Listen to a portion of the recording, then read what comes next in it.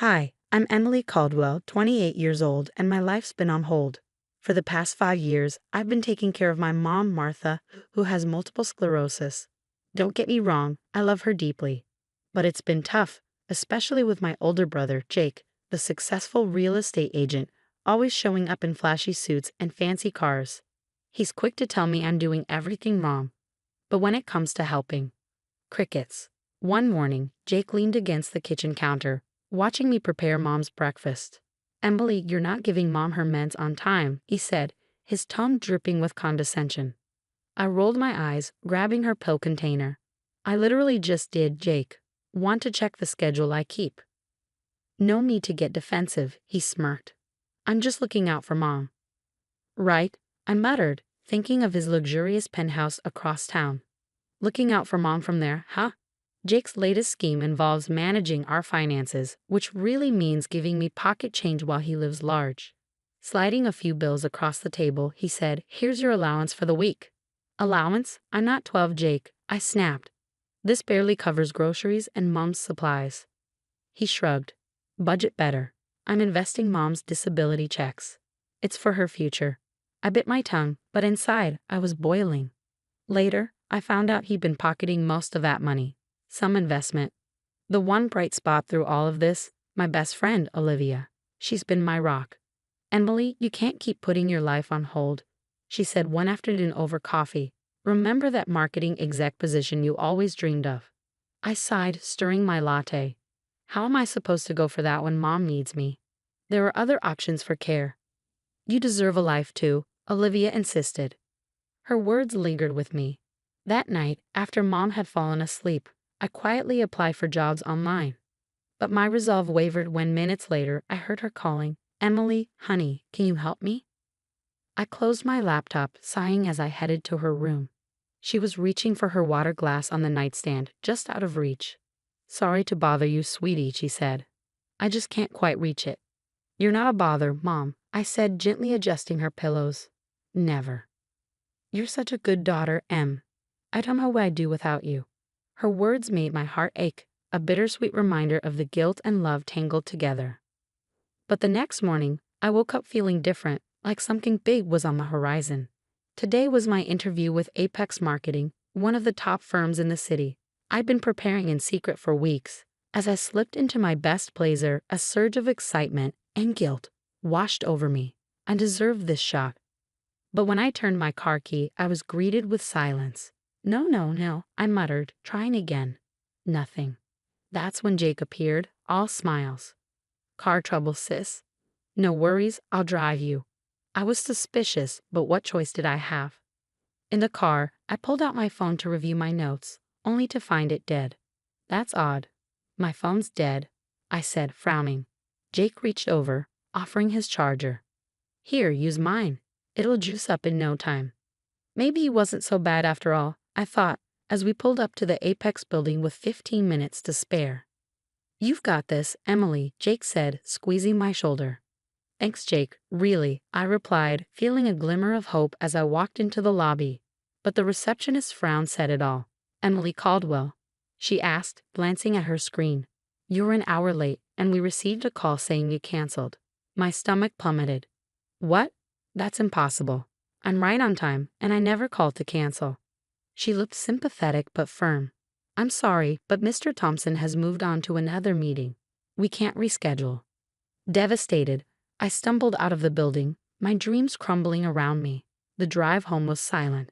I couldn't bring myself to speak, replaying everything in my mind, wondering where it all went wrong. Then later that evening, I overheard Jake on the phone, his voice low and smug. "Yeah, it worked perfectly. She has no idea." As I hid in the hallway, I heard Jake's voice low and smug through the cracked door. "She'll be stuck here taking care of Mom forever." My blood ran cold. Quietly, I slipped out to the garage, my instincts screaming something was wrong. I examined my car, clear as day. There were signs of tampering. Back in my room, I checked my phone. The battery had been completely drained, far more than normal. But the final nail in the coffin was the call log. An outgoing call to Apex Marketing that morning when my phone had supposedly been dead. The realization hit like a punch. Jake had sabotaged everything, My car, my phone, my interview, my chance at freedom. I sank onto my bed, shaking with anger and disbelief. How could he do this to me, his own sister? But as the shock faded, something else took its place. Determination. If Jake thought this would keep me under his thumb forever, he had another thing coming. I opened my laptop, fingers flying across the keys as I started planning. Jake might have won this round, but I was far from defeated. This wasn't just about a job anymore. It was about taking back control of my life. I spent the night sleepless, my mind racing with plans and anger. By morning, I was ready to confront Jake, but I needed proof first. While he was out, I sneaked into his home office, searching for anything suspicious. That's when I found it, a hidden compartment in his desk drawer. Inside was a burner phone and a stack of documents. My hands shook as I sifted through them, piecing together a shocking truth. Jake wasn't just embezzling Mom's money. He was involved in a massive real estate fraud scheme. The documents revealed fake properties, shell companies, and laundered millions. The most chilling part, a list of names including high-profile politicians and businessmen. I quickly snapped photos of everything and put it back exactly as I'd found it, heart pounding as I left the office. Later, I confronted him. Cut the crap, Jake. I know what you did, and I know why. His face flickered with surprise before shifting to Fox innocence.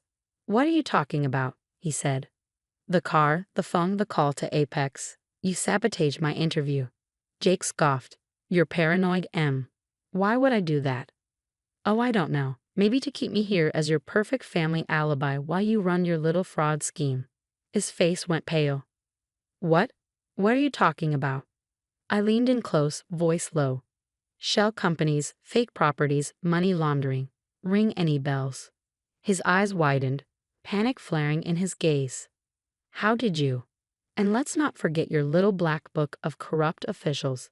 That's quite an insurance policy, isn't it? Jake's desperation turned cold as he grabbed my arm. You don't understand, he hissed. I'm in too deep. These people, they're dangerous. If I go down, we all do. I pulled my arm free, glaring. So you decided to ruin my life to save your own skin. I'm protecting us. If you leave and start a new life, it'll raise questions. I need to look like a devoted family man.